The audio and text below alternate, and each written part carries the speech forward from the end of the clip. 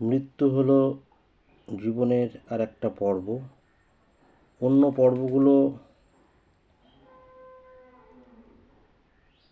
হলো যে গর্ভাবস্থার মধ্যে জীবন তৈরি,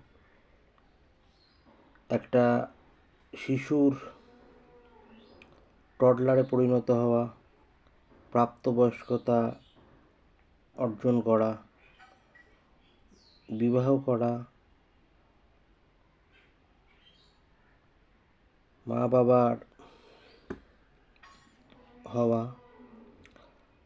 আমাদের সবার ক্ষেত্রে এটা বুঝতে হবে যে মৃত্যু একটা আর একটা পর্ব মাত্র।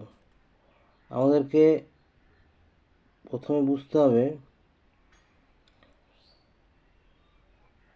যে যে কোনো লোকের